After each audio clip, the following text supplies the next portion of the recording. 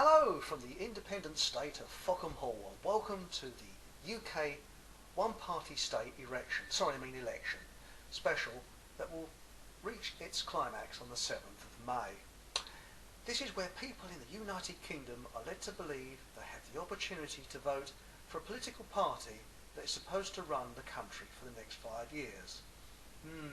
I don't think so. In reality, the masses are voting for a bunch of sheep shaggers, turd prodders, sausage suckers and kiddie fiddlers.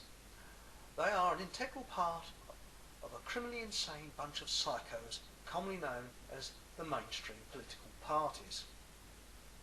The party elected to rule the UK, their job is to financially screw the masses with their phony laws and taxes in order to pay their banking masters for an ever-increasing loan that doesn't exist. During this election time, I found a very effective way of getting the local bullshit artist politician off your doorstep in record time.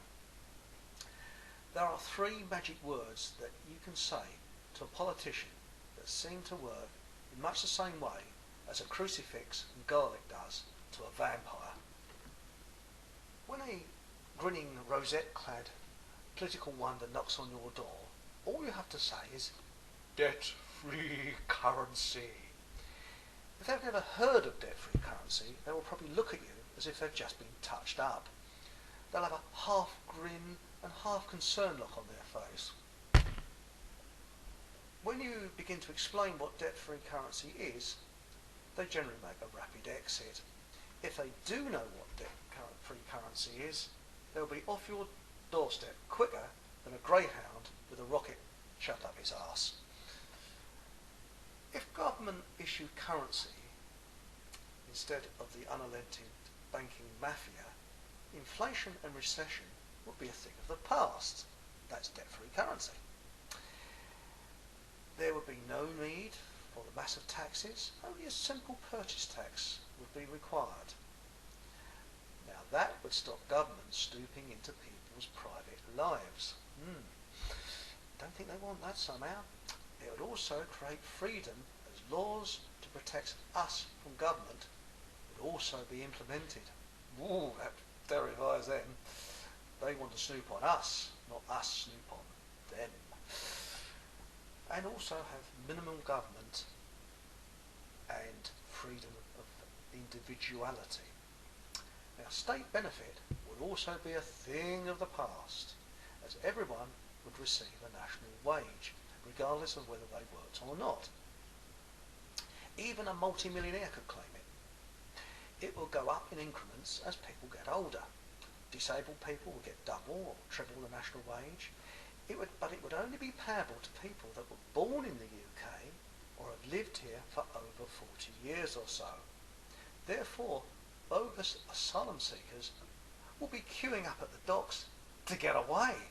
We wouldn't have to have border guards because anybody that was bogus, well, they wouldn't really want to come to this country because there'd be no money for them.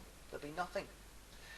So I think the population of people that are here just to make money would reduce very, very quickly.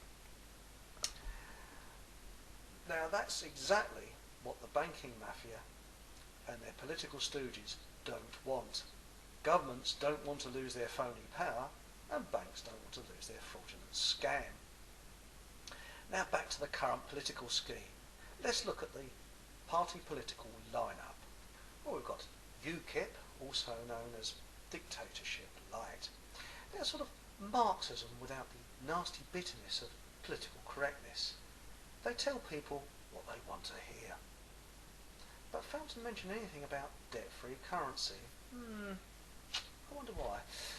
Now, we've also got the Green Party, also known as totalitarian natural.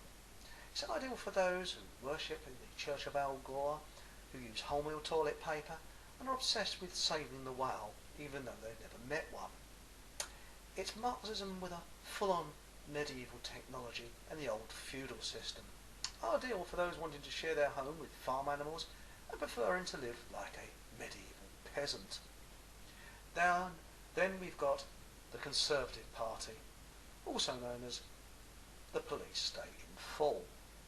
Now, they are full-on subversion, but with a smooth, easy, palatable drift towards a police state.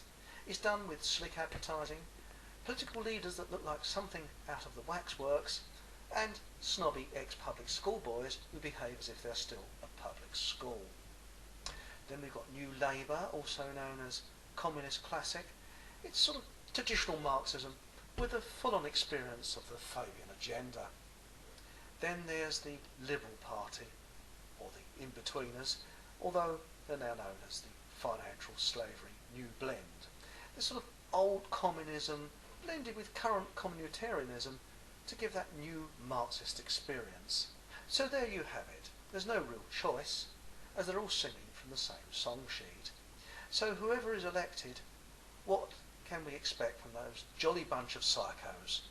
Well, it's more of the same, really. Engineer wars to create debt and refugees. The country sort of gets into debt, paying off the wars, and the refugees are brought to this country to swell the ranks of cheap labour.